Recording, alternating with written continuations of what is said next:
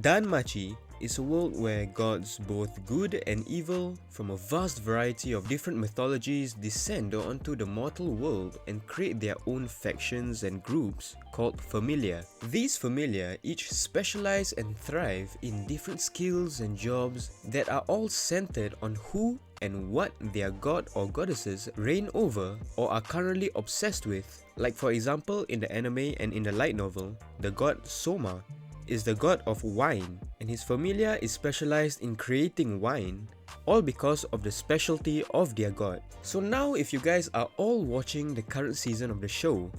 you can truly see how evident and dark it can get when a goddess decides to be selfish and put all their chips down to get what they want, which in turn makes it even more clear that despite the countless years that they have in molding and growing their different familias, their view of the mortal world is reminiscent of how we, in the real world, play games that allow us to create, build and cultivate and interact with NPCs in that game world. Just like for us, with games like Terraria, Minecraft and Animal Crossing,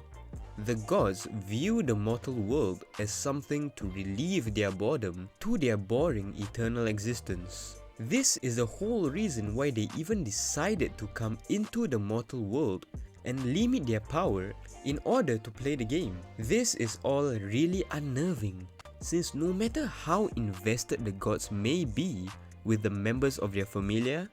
eventually everything is a game to them, and it is all just for them to relieve their boredom and find some entertainment for them, despite the countless struggles and problems that the mortals in their familia have and are facing. And to them, at the end of the day, once they leave and return to heaven, it's just like turning off the computer and closing down the game. So this of course leads to the events of Season 5, which is the current season, where we see Freya do something that essentially goes against how the game is supposed to be played. So as we learn throughout the series, Freya has an authority called Charm that is able to basically seduce everyone, be it gods or mortals, to follow her whims and become her slave.